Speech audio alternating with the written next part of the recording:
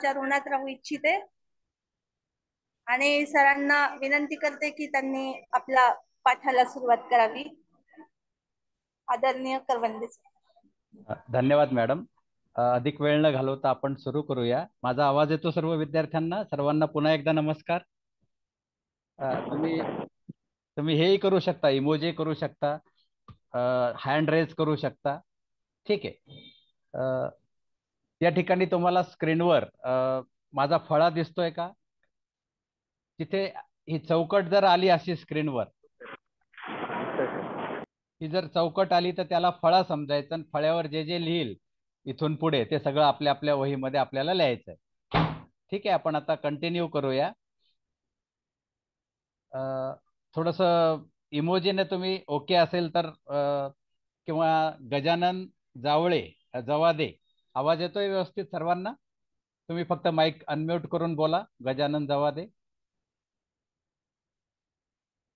ठीक आहे. सोनाली दसरे, एक जणांनी फक्त माईक कोणीतरी अनम्यूट करून सांगा, आवाज येतोय? सर येते आवाज. ओके, चालेल. हो. आणि हा इंटरॅक्टिव्ह पार्ट होण्यासाठी ज्याचं मी नाव सांगेल त्याने लगेच माईक चालू करून बोलायचं आहे. ठीक आहे. सर्वांना नमस्कार पुन्हा एकदा. या ठिकाणी तुमच्या समोर एक मी चित्र दाखवलेलं आहे, एक वस्तू दाखवलेली आहे. या चित्रात तुम्हाला काय दिसत आहे? हात हँड रेज करायचा. माईक कोणी सर बल्ब दिसतोय, बल्ब दिसतोय. ओके, मी काय इन्स्ट्रक्शन देतोय लक्षात घ्या. मी ज्याचं नाव घेईल त्यांनीच माईक अनम्यूट करून सांगायचंय, कारण काय होईल, 3-3 4-4 जण बोलले तर मग कदाचित गडबड होईल. ठीक आहे. परत एकदा आता हरकल सांगा. हँड रेज करायचे, ज्याला उत्तर द्यायचं आहे ना त्यांनी हात वर करायचा, म्हणजे मग मला सांगता येईल. बघा, ट्राय करून पहा. हात वर ओके सर. करा, हात वर करा. हो सर, चालते. हात वर करायचा, हा बोलायचं सर. नाही. मी काय सांगितलं? माईक चालू नाही करायचा, हात वर करायचा. करा, हात वर करा. तुम्हाला चित्रात काय दिसतंय? हा, सोनाली दसरे.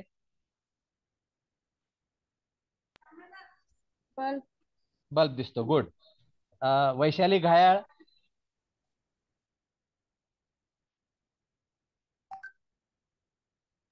सर या चित्रात बल्ब दिसतोय. Very good. हा, आता आलं तुम्हाला लक्षात. ठीक आहे, करा हात खाली आता. बरोबर आहे, तुमचं म्हणणं अगदी बरोबर आहे की या चित्रात आपल्याला बल्ब दिसतोय.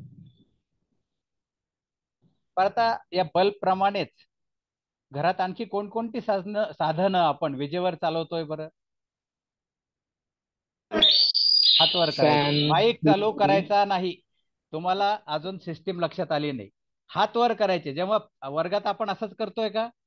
एकदम उत्तर देतो का? हात वर करतो. आणि मग शिक्षक जेव्हा सांगतात की तुम्ही सांगा तेव्हा बोलायचं. हा, आवाड प्रतिभा सांगा.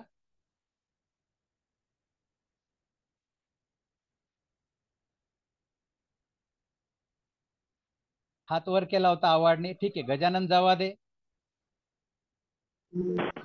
सर वेगवेगळे उपकरण आपण घरात चालू जातो, जसं फ्रीज, नंतर फॅन, कूलर, म्हणजे जेवढी इलेक्ट्रॉनिक्स डिव्हाइसेस आहेत तेवढे पण आपण ह्याच्यावर चालू शकतो. Okay, very good. Thengde Arun, तुम्हाला काय म्हणायचंय?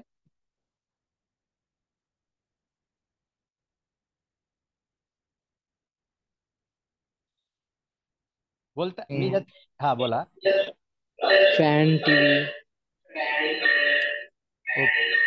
गीजर. तुमचा स्पीकर बंद करा. शेजारचे 2 माईक चालू नको आणि स्पीकरच्या जवळ आपल्या मोबाईलचे स्पीकर झिरो करा. तुम्हाला वर्गामध्ये माईक स्पीकर चालूच आहे. हा, ठीक आहे. बरोबर आहे की तुम्ही वेगवेगळ्या साधनांची नावं सांगितली. बरोबर. नम्रता म्यूट करा. नम्रता.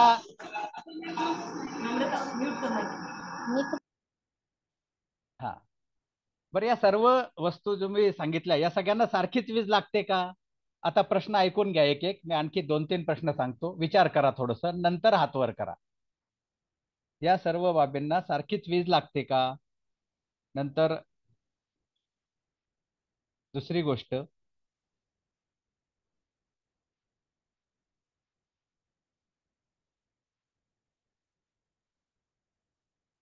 नेमकं याला वीज लागते, विद्युत लागते म्हणजे काय? दुसरा प्रश्न, यांची उत्तर आता 2 हात 1 हात वर आहेत. हा, कविता राठोड, तुम्ही अनम्यूट करून बोला. सारखीच वीज लागत नाही सर. बरं, दुसरा प्रश्न, मग विद्युत म्हणजे काय?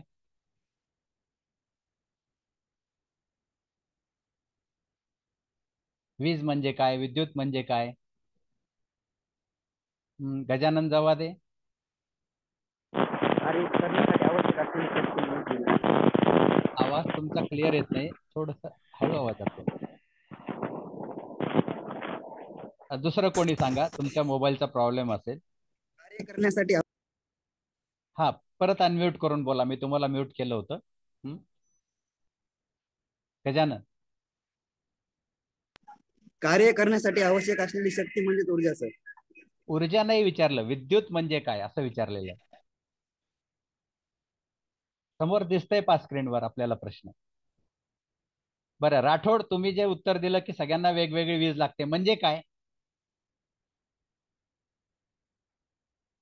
नंतर वीज म्हणजे काय? Sir flow of charges. Speaker speaker zero करा तुमचा. पाटील, हा बोला आता. Manisha Patil. Flow of charges is called current. Current. बर, ओके. म्हणजे तुम्ही प्रवाह म्हटला, ठीक आहे, चालेल. आणखी या सर्वांना सारखीच वीज लागत नाही असं राठोड म्हणाले होत्या, मग त्यांनीच थोडस प्रयत्न करावा की सारखी लागत नाही म्हणजे काय?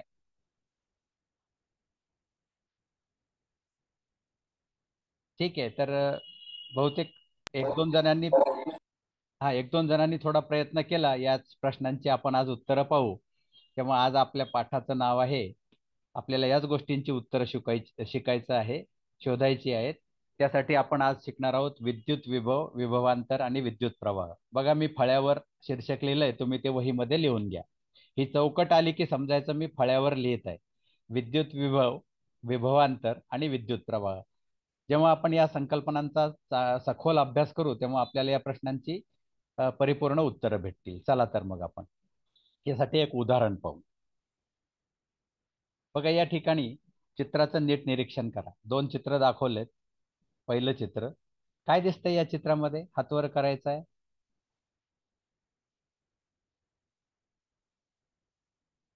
हा, कविता राठोड. वाहते पाणी. ओके, वाहते पाणी दिसतंय, बरोबर. ठीक आहे, छान. आता त्यामुळे आता रिपीट नाही करायला सांगत मी याचं उत्तर. आणि या दुसऱ्या चित्रात काय दिसतंय? हातवर करा.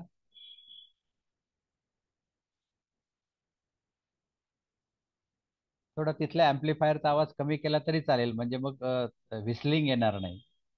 प्रतिभा आव्हाड, तुम्ही सांगा आता. सर एक झाड आहे ते वाऱ्यानं हलायले. बरं, म्हणजे आपल्याला एका विशिष्ट दिशेनं ते त्याच्या फांद्या झुकलेल्या दिसतात. त्याचं कारण काय असेल? काय सांगता येईल?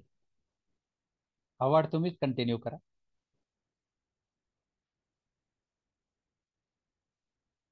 बघा, सर म्हणजे ते की वाऱ्याच्या झोक्यामुळे ते झोपलेले ते झाडाचं. 2 माईक एका वेळेला चालू करा.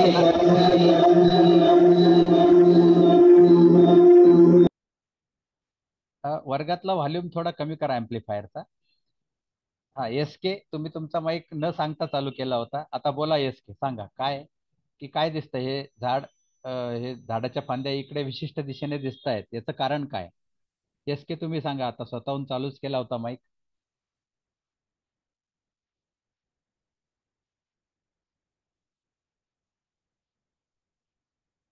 ठीक आहे,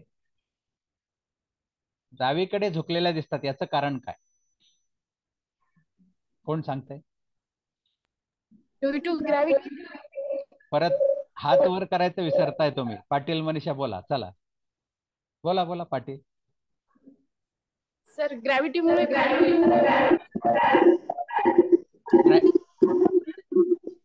आणखी कोणी? बाकीच्यांचे सगळे 4 माईक का चालू होतात बरं?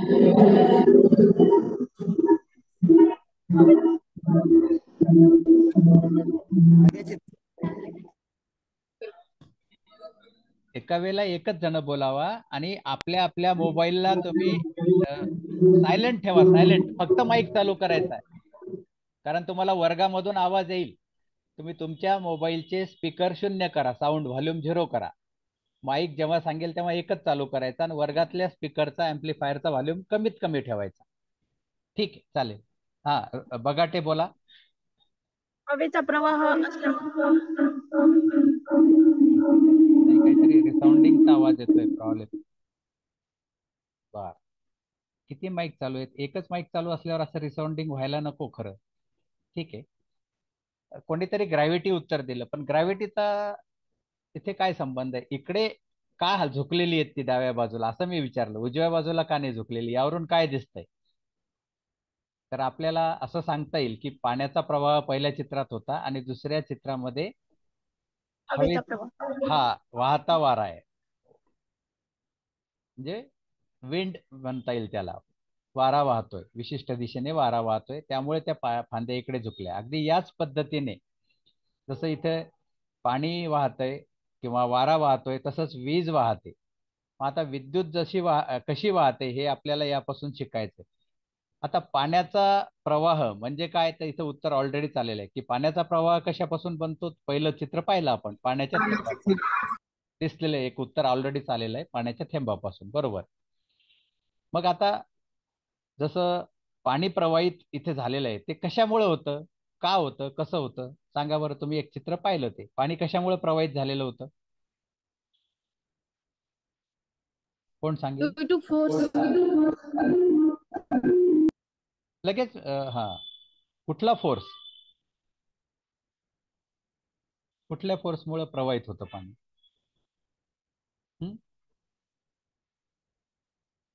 थोडस स्पीकर पासून दूर असलेल्या विद्यार्थ्यांनी बोलावं. स्पीकर अगदी जवळ असेल तर एक तर स्पीकरचा व्हॉल्यूम, म्हणजे वर्गातल्या स्पीकरचा व्हॉल्यूम एक तर कमी करा, आणि आपला मोबाईल थोडासा दूर असेल अशा विद्यार्थ्यांनी बोलावं.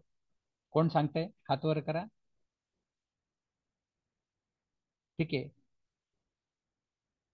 रणमाळे, जे बोललेच नाहीत त्यांना संधी देऊ आपण. प्रश्न दिसतोय आपल्याला, याचं उत्तर सांगायचंय. तुम्ही पाहिलं आता पाणी प्रवाहित होत होतं, ते कशामुळे होतं, कसं काय प्रवाहित होतं?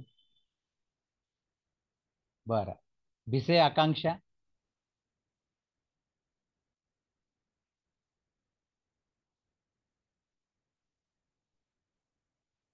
माझा आवाज येत असेल निदान प्रयत्न करा.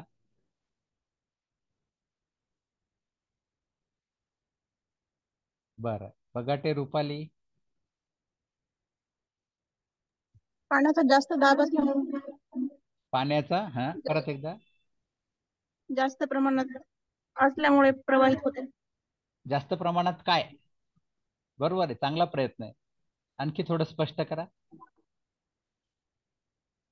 बरं, पाणी कुठून कुठे प्रवाहित होतं तुम्ही पाहिलं त्या चित्रामध्ये, त्यावरून काय सांगता येईल कशामुळे, म्हणजे ते उत्तर आहे.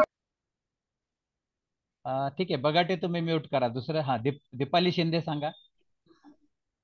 सर, पाणी हे उताराच्या दिशेने प्रवाहित होतं. Very very good. बरोबर बरोबर, उताराच्या दिशेने प्रवाहित होते. म्हणजेच काय, तर उंच भागाकडून सखल भागाकडे, याचा अर्थच उच्च पातळीकडून निम्न पातळीकडे, म्हणजेच जास्त दाबाकडून कमी दाबाकडे पाणी प्रवाहित होत झालेलं. आणि ते कोणत्या बलामुळे प्रवाहित होते, कशामुळे, हा जो प्रश्न आहे, तर ते बलामुळे प्रवाहित होते. बरं, आता हे आपण जे चित्र पाहिलंय, तर ते अखंडपणे प्रवाहित, जे प्रवाह जर सुरू ठेवायचा किंवा जर सुरू असेल तर तो कशामुळे राहतो? आता वरून पाणी खाली आलं, पण ते एकसारखं कसं चालू राहतं? आपण आता एखादा झरा पाहिला, नदी पाहिली, तर ते अखंडपणे पाणी कशामुळे चालू राहतं? दीपाली शिंदेचा हात वर आहे. आणखी कोणाला सांगायचं असेल तर आधी हात वर करा, मग मी वेगळी संधी दिली आणखी कोणाला तरी. पाण्याचा प्रवाह अखंडितपणे कसा सुरू राहील, कशामुळे? बरं, सांगा दीपाली. गुरुत्वाकर्षण शक्तीच्या बलामुळे. गुरुत्वाकर्षण शक्ती, आता ठीक आहे, तर गुरुत्वाकर्षण शक्तीमुळे अखंडपणे कसं चालू राहील? आता वर पाणी आहे, ते खाली आलं, मग तो पुन्हा पुन्हा पाणी कसं कंटिन्यू येत राहतं? काय काय काय कारण आहे? तुम्हाला जर बादलीभर पाणी दिलं आणि असं तिरप्या जागेवर टाकायला सांगितलं तर ठीक आहे, प्रवाह सुरू होईल, गुरुत्वाकर्षणामुळे ते खाली जाईल.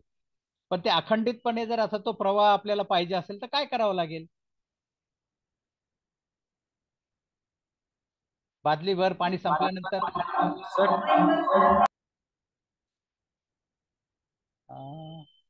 थोडासा व्हॉल्यूम का रिसाऊंड होतोय मला काही कळे ना तिथे. नाहीतर मग ऍम्प्लिफायरचा आवाज एकदम कमी करा, अगदी कमी करा. हा बोला नम्रता. राऊत शुभम. सर, अखंडित प्रवाहासाठी मागून येणारे पाणी पुढच्या पाण्याला पुढे ढकलत राहते, त्यामुळे अखंडित प्रवाह चालू असतो. ठीक आहे, पुढच्या पाण्याला ढकलते, पण मागून पाणी कुठून येतं? म्हणजे आता पाणी, आता तुम्हाला मी उदाहरण दिलं, बादली संपली तर मग काय करावं लागेल? वर आपल्याला व्यवस्था करावं लागेल, आपल्याला व्यवस्था करावं लागेल की वर सतत पाणी उपलब्ध राहील, जेणेकरून मग ते उताराकडे चालत राहील. ठीक आहे. थोडस विज्ञानाचे विद्यार्थी म्हणून तुम्ही प्रश्नाकडे बारकाईने लक्ष द्या. काय विचारलं त्या दिशेने अगदी चिकित्सकपणे उत्तर द्यायचंय. जर वर पाणी संपलं इथलं तर एकसारखा प्रवाहाने सुरू होणार. हा प्रवाह का होतोय? तर उंच सखलतेमुळं आणि गुरुत्वाकर्षणामुळे. पण गुरुत्वाकर्षण असूनही जर वरचं पाणी संपलं तर खाली पाणी येणारच नाही. म्हणजे इथे सुद्धा एकसारखा काहीतरी आपल्याला व्यवस्था करावं लागेल, जेणेकरून आपल्याला तो प्रवाह सतत ठेवता येईल. बघा तुमच्या पुस्तकातलं या ठिकाणी एक आकृती दाखवलेली आहे की इथे चिमटा लावलेला आहे. चिमटा काढल्यावर काय, चिमटा लावलेला आहे, याच्यात पाणी आहे, इथे एक ठराविक लेवल पर्यंत पाणी आहे. चिमटा काढला की हे पाणी या बरणीतून या बरणीपर्यंत येईल. कुठपर्यंत येईल? आता जो शेवटून मुलगा बोलला राऊत तोच बोला, कारण त्याच्या ठिकाणी मला रिसाऊंडिंग आवाज येत नाहीये. राऊत, हा चिमटा काढला तर काय होईल त्याचा परिणाम? हा चिमटा काढला, सर, वरच्या भरणीतलं पाणी खालच्या भरणीत येईल. बरं, सगळं पाणी येईल का किती येईल, काय येईल, कधीपर्यंत येईल, कुठपर्यंत ते पाणी वरच्या भरणीतून खालच्या भरणीत येईल?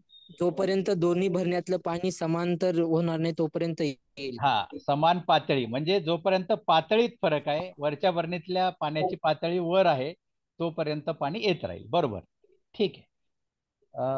आपण हेच आता दुसऱ्या एका आकृतीने बघूया. बघा, ए आणि बी या दोन टाक्या आहेत, तिथे तरी त्या खालीवर ठेवल्या होत्या, इथे आपण एकाच पातळीवर ठेवल्या.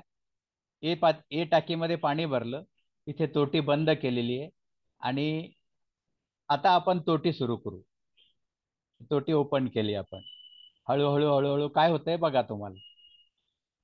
आता याच्या पुढे काही या ए मधलं सगळं पाणी याच्यात जाणार नाही. आता ए मधलं पाणी बी मध्ये जायचं थांबलेलं आहे. काय कारण आहे? आता राऊतच्या शेजारी बसलेला दुसरा विद्यार्थी सांगा. राऊतच्या शेजारी बसलेला दुसरा विद्यार्थी कोणी, म्हणजे त्याचं पोझिशन अशी आहे की त्याचा माईक रिसाऊंड होत नाही. दुसरा कोणी विद्यार्थी राऊतच्या शेजारी बसलेला?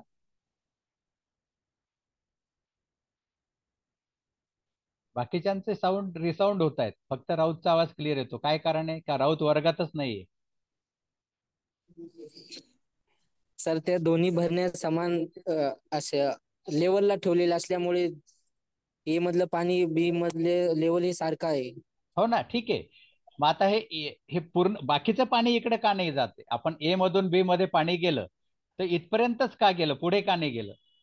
आणखी उरलेलं पाणी का नाही पुढे गेलं? तिथलं पाणी ठराविक आहे ना, लिमिटेड आहे, त्याच्यामुळे. नाही नाही, आहे ना अजून, याच्यात पाणी संपलं कुठे ए मधलं?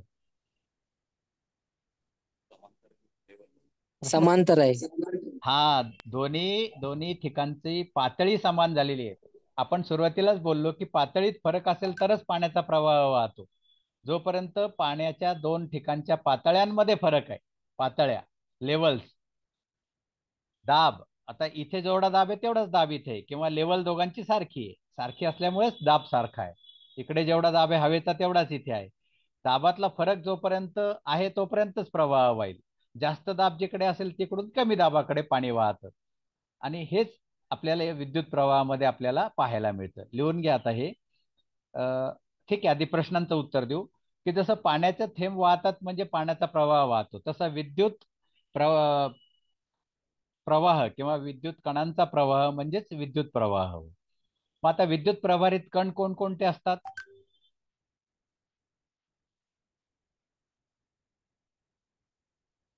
कोकाटे, ज्ञानदेव. विद्युत प्रभारित कण कोणकोणते? इलेक्ट्रॉन्स. आणखी? इलेक्ट्रॉन्स. आणखी? न्यूट्रॉन, प्रोटॉन न्यूट्रॉन प्रभारित कण असतात का? असतात. रुपाली, न्यूट्रॉनला प्रभार असतो?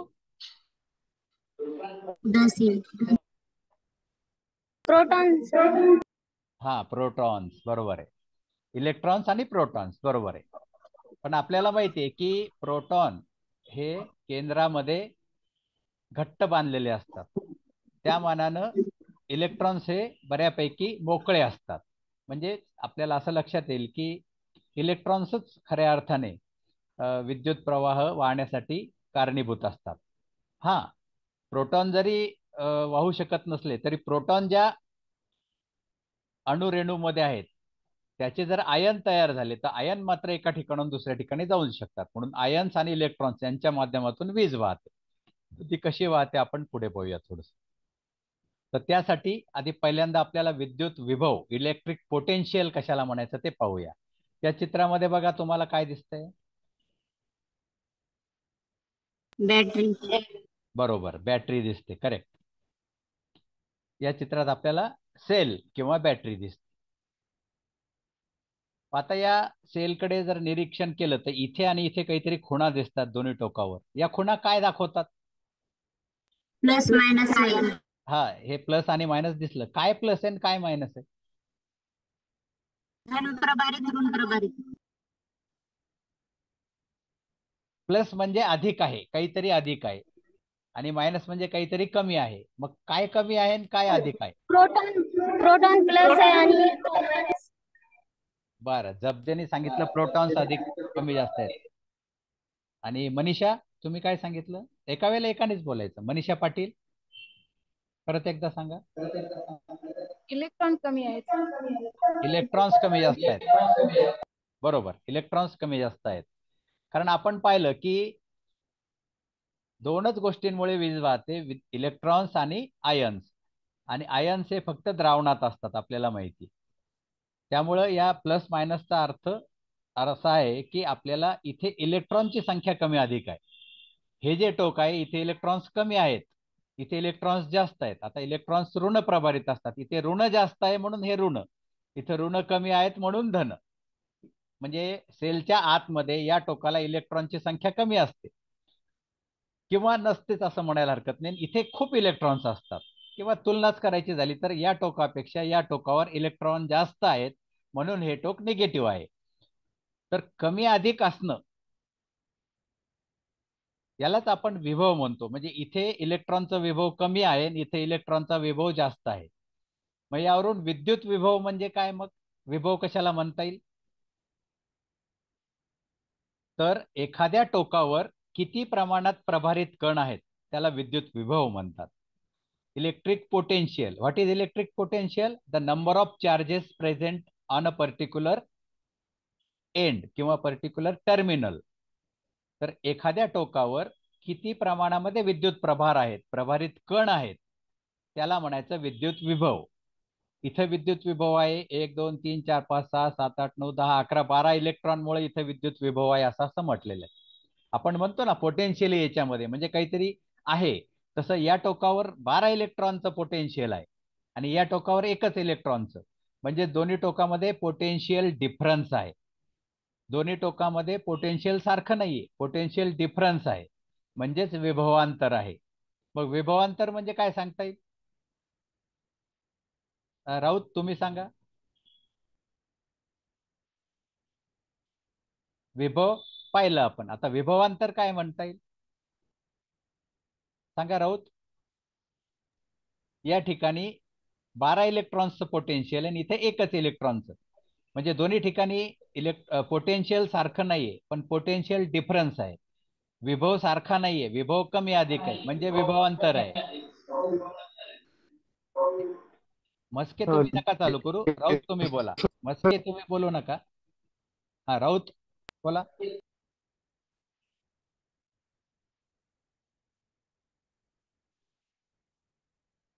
बरं, आणखी कोणी? विभवांतर काय आहे म्हणजे काय आहे या ठिकाणी? हा जबदे. The number of charges in negative terminal minus number of charges positive terminal. म्हणजेच काय तर विभवांतर ते म्हणजे काय? चार्जेसचं कमी अधिक प्रमाण म्हणजे विभवांतर, सरळ सरळ. किंवा दोन टोकामधील विभवात असलेला फरक म्हणजे विभवांतर. म्हणजे दोन्ही टोकातील दोन्ही अग्रावरील विद्युत विभवातील फरकाला विभवांतर म्हणता येईल. ओके, चला आता मग आपण बघूया की या सेलच्या दोन्ही टोकामध्ये जो प्रभाराचा फरक आहे, प्रभारित कणांची जी संख्या कमी अधिक असते, लिहून घ्यायचं आहे बरं का, आता बोर्ड आला, यालाच म्हणायचं विभवांतर किंवा विद्युत दाब. यालाच म्हणायचं विद्युत दाब, पोटेन्शियल डिफरन्स किंवा व्होल्टेज. इलेक्ट्रिक प्रेशर, इथे प्रेशर जास्त आहे इलेक्ट्रॉनचं, इथे इलेक्ट्रॉनचं प्रेशर कमी आहे, इथे इलेक्ट्रॉनचा विभव जास्त आहे, इथे इलेक्ट्रॉनचा विभव कमी आहे. बरं किती असतं विभव आपल्याला माहिती आहे का आपल्या घरामध्ये? ठीक आहे, आपण आता आकृतीने पुढे जाऊया, थोडंसं 10 मिनिटं राहिलेले आहेत. बघा कुठलंही एक मेटल घेतला तर त्याच्यामध्ये हे इलेक्ट्रॉन्स असे फ्रीली वेगवेगळ्या दिशेने वाहतात. आता या दुसऱ्या आकृतीमध्ये आपण काय केलेले, सगळ्या इलेक्ट्रॉनला एक दिशा दिलेली आहे. पहिल्या आकृतीमध्ये समजा एक वायर आहे, त्यात इलेक्ट्रॉन वेगवेगळ्या दिशेने रॅन्डमली फिरतायत. आणि या दुसऱ्या आकृतीमध्ये ए टोकापासून बी टोकाकडे इलेक्ट्रॉनची दिशा आपल्याला दिसते. काय केलं म्हणजे ए टोकाकडचे इलेक्ट्रॉन बी टोकाकडे जातील? आपल्याला काय करावं लागेल सांगा बरं? इलेक्ट्रॉन्सचा प्रभार तुम्हाला माहिती आहे, ऋण प्रभार. इलेक्ट्रॉन्स आपल्याला ए कडून बी कडे न्यायचे, हीच विद्युत धारा आहे. पण ते कसे जातील, काय करावं लागेल जेणेकरून ए कडून बी कडे जातील? इथे पा रॅन्डमली जातोय, हा इकडे चाललाय इकडे चाललाय नॅचरली. पण आपल्याला काहीतरी करावं लागेल जेणेकरून, जसं आपल्याला पाणी एका ठिकाणाहून दुसऱ्या ठिकाणी न्यायचंय, समजा आपण टेबलवर पाणी टाकलं, आपल्याला जर टेबल एका बाजूने उचलला तर ते दुसरीकडे जाईल. तसं आपल्याला ए कडून बी कडे इलेक्ट्रॉन्स न्यायचे, मग ए टोक वर करून असं इलेक्ट्रॉन्स खाली जातील का? काय करावं लागेल जेणेकरून ए कडून बी कडे इलेक्ट्रॉन्स जातील? हा राऊत बोला.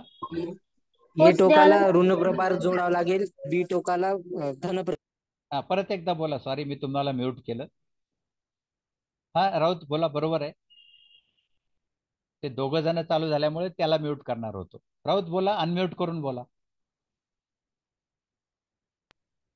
ए टोकाला ऋण प्रभार आणि बी टोकाला धन प्रभार जोडावा लागेल. Very good. इकडे ऋण जर दिलं तर ऋण ऋण रिपल्शन होईल आणि बी कडे पॉझिटिव्ह म्हणजे आकर्षण होईल. Very good. हा किती विचारपूर्वक उत्तर देतोय आपल्या वर्गातला विद्यार्थी. म्हणजे आपल्याला ए आणि बी मध्ये काहीतरी व्होल्टेज पोटेन्शियल डिफरन्स अप्लाय करावं लागेल आणि ते पण ए ला निगेटिव्ह द्यावं लागेल आणि बी ला पॉझिटिव्ह. म्हणजे थोड्या वेळापूर्वी जो आपल्याकडे बॅटरी होती ती बाहेरून अशी जोडावं लागेल की त्याचं पॉझिटिव्ह टोक बी ला आणि निगेटिव्ह टोक ए ला. मग अशा पद्धतीने बघा, इथे हा पॉझिटिव्ह जो दाखवतो हा प्रोटॉन आहे, हा जागा सोडत नाहीयेत. कोणतेही अणू धातू मधून जागा सोडत नाही, इलेक्ट्रॉन्स मात्र जागा सोडतात. ए कडून आपण इलेक्ट्रॉन्स बाहेरून आतमध्ये पंप केले की ते पुढच्या इलेक्ट्रॉनला पुढे ढकलतील, तो इलेक्ट्रॉन आणखी पुढे जाईल, तो इलेक्ट्रॉन आणखी पुढे जाईल. अशा पद्धतीने हा फ्लो चालू होईल इलेक्ट्रॉनचा. या ठिकाणी दिसतोय, असा दिसतंय सगळ्यांना. आणि मग आपण असं म्हणतो की या ठिकाणी इलेक्ट्रॉन्सचा प्रवाह सुरू झाला, म्हणजेच विद्युत प्रवाह सुरू झाला. पण कशामुळे सुरू झाला? तर दोन्ही टोकामध्ये आपल्याला पोटेन्शियल डिफरन्स बाहेरून अप्लाय करावं लागेल, बाहेरून एक्सटर्नली, हे व्ही. म्हणजे पाणी प्रवाहित व्हायला दोन ठिकाणी दाबात फरक पाहिजे, तसं विद्युत प्रवाहासाठी दोन टोकामध्ये दाबात फरक पाहिजे, प्रभार पातळीत विभवांतर पाहिजे. ते व्होल्ट मध्ये आपण मोजतो. बघा असं व्होल्ट मीटर तुम्ही पाहिलं असेल तुमच्या घरी, विशेषतः जिथे विजेची मोटर असते तिथे असं व्होल्ट मीटर लावलेलं असतं. व्होल्ट मध्ये आपण विद्युत दाब मोजतो किंवा विभवांतर जे मोजतो, दोन टोकातलं विभवांतर किती फरक आहे ते व्ही, व्होल्टेज या शास्त्रज्ञाच्या नावाने आपण व्ही या अक्षराने दाखवतो. मग आता आपण थोड्यापूर्वी सेल पाहिला होता, ठीक आहे, आपण आणखी बघूया की विद्युत प्रवाहाची दिशा कशी मानली जाते. हा सेल आहे या ठिकाणी किंवा बॅटरी आहे. तर याच्या दोन टोकामध्ये विभवांतर दिलेलंच असतं. तुम्ही आता थोड्या वेळापूर्वीच बॅटरी पाहिली होती, एक सेल, एकीकडे प्लस होतं एकीकडे मायनस होतं. तर आपण संकेत जो मानतो तो धनकडून ऋणकडे विद्युत प्रवाह वाहतो असं आपण गृहीत धरतो. पॉझिटिव्ह टोकाकडून निगेटिव्ह टोकाकडे वीज वाहते असं आपण म्हणतो. पण आपण आत्ताच पाहिलं की खरी वीज वाहते ती इलेक्ट्रॉन्सची वाहते आणि इलेक्ट्रॉन्स हे सेलच्या निगेटिव्ह टोकाकडे असतात. म्हणून इलेक्ट्रॉनचा फ्लो जो असतो तो ऍक्च्युअली निगेटिव्ह कडून पॉझिटिव्ह कडे असतो. बघा कशी गंमत आहे. खरा प्रवाह असतो निगेटिव्ह टोकाकडून पॉझिटिव्ह टोकाकडे सेलच्या, परंतु आपण मानताना आपल्याला प्लस म्हणजे अधिक असं आपण डोक्यात धरलेलं असतं आणि जास्त कडून कमीकडे. त्यामुळं म्हणताना आपण पॉझिटिव्ह कडून निगेटिव्ह कडे प्रवाह वाहतो असं मानतो, पण खरा प्रवाह हा नेहमी निगेटिव्ह कडून पॉझिटिव्ह कडे असतो. बघा या ठिकाणी असं दाखवलेलं आहे.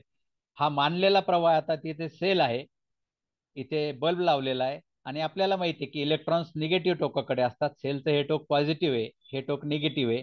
इकडून असा इलेक्ट्रॉनचा प्रवाह वाहतो, तो बल्ब मध्ये जातो, त्यामुळे बल्ब प्रकाशित होतो आणि असं हे सर्किट कंप्लीट होतं, विद्युत मंडल परिपथ कंप्लीट होतो.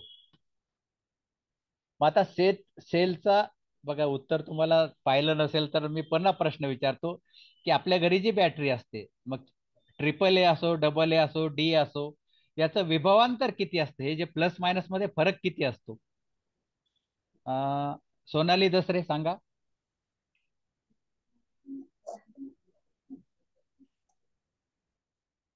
अरे तुम्ही बाईक चालू केला, आता मी विचारला प्रश्न तर बंद केला. 1.5. बरोबर आहे. ओके, करा म्यूट आता. 1.5 व्होल्ट एवढं पोटेन्शियल डिफरन्स असतं दोघांमध्ये. आपल्या घरी तसंच विद्युत दाब किती असतो?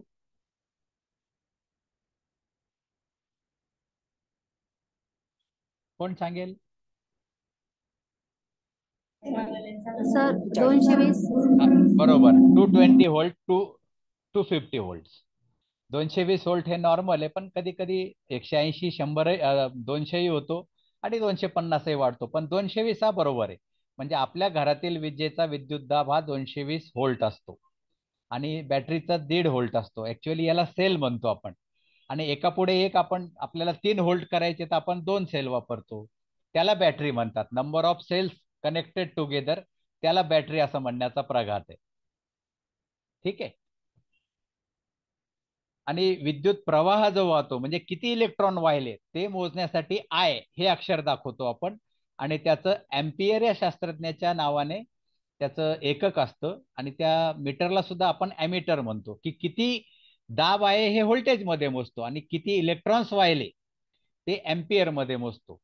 तर हा भाग आपण पुढच्या तासिकेमध्ये अधिक सविस्तर पाहू. मात्र एक लक्षात ठेवा की विद्युत प्रवाह हा विद्युत दाबावर अवलंबून आहे. जसं आधी आपण पाहिलं होतं की दाब लावला आपण इलेक्ट्रॉन्सचा बाहेरून आणि त्यानुसार दाबामुळे विजेचा प्रवाह वाहतो. म्हणजेच विजेचा प्रवाह हा दाबावर अवलंबून असतो. तर याविषयीची अधिक माहिती आपण पुढच्या तासिकेत पाहूया. आता आपण आज काय शिकलो याबद्दल काही कोणाला शंका आहे का? जर वेळ संपला तर 3 मिनिटं बाकी आहेत, बघूया आपण फास्ट घेऊ थोडस. आता कोणाला काही शंका नसतील तर आपण काय शिकलो याची पुढचा भाग पुढे पाहू. आता थोडक्यात पुढचा भाग म्हणजेच यातील संबंध पाहायचा आहे आपण. विद्युत दाब आणि विद्युत प्रवाह आणि अर्थात ओहमचा नियम आपल्याला बघायचा आहे. आज आपण काय शिकलोय आपल्याला थोडक्यात बघायचं. विद्युत प्रवाह म्हणजे काय? पटकन एकाने माईक चालू करून लगेच बंद करायचा. विद्युत प्रवाह म्हणजे काय? चला पटकन एकाने सांगा आणि बंद करा माईक. जास्त दाबाकडून कमी दाबाकडे. विद्युत प्रवाह म्हणजे कणांचा प्रवाह, त्यातल्या त्यात इलेक्ट्रॉन्सचा प्रवाह. बघा प्रश्न तुम्हाला क्लिअर लक्षात घेत नाहीये तुम्ही. जो विचारलं ते विद्युत प्रवाहाची दिशा कशी असते? सांकेतिक दिशा पॉझिटिव्ह कडून निगेटिव्ह कडे आणि प्रत्यक्ष इलेक्ट्रॉन्सची दिशा निगेटिव्ह कडून पॉझिटिव्ह कडे. अगदी मोजकं. विद्युत दाब म्हणजे काय? विद्युत विभवांतर म्हणजे काय? बरं, विद्युत प्रवाह म्हणजे प्रभारित कणांचा. दोन टोकामध्ये विभागात असलेला फरक. बरं, विद्युत प्रवाह कोणत्या एककात मोजतात? प्रवाह आय मध्ये. एम्पियर. बरं, बघूया. आणि कसा निर्माण होतो विद्युत प्रवाह? Negative to positive.